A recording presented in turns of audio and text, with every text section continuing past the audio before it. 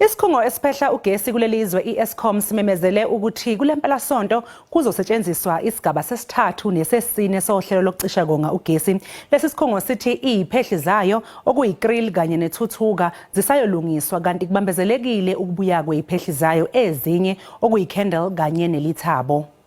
Ngomgqibelo ekuseni ngehora lesihlanu kuzokwehlisela ukucishwa kagesi kubekwe kwizinga lesithathu.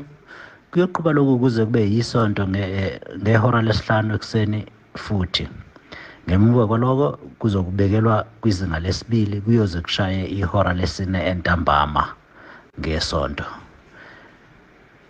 Kusukela ngesonto entambama izinga lesithathu liyofakwa lokucishwa kagesi okuhleliwe kuyoze kushaye ihora lesihlanu ngomsombuluko.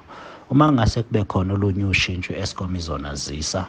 Sekwephuke umshini ngawodwa laphaya eDuva, eGrill, eMedupi kanye nemibili kwisiteshi sase-Anot. Ngaso leso sikhathi umshini ngawodwa eGrill kanye nasethuthuka usubuyiselwe emsebenzini.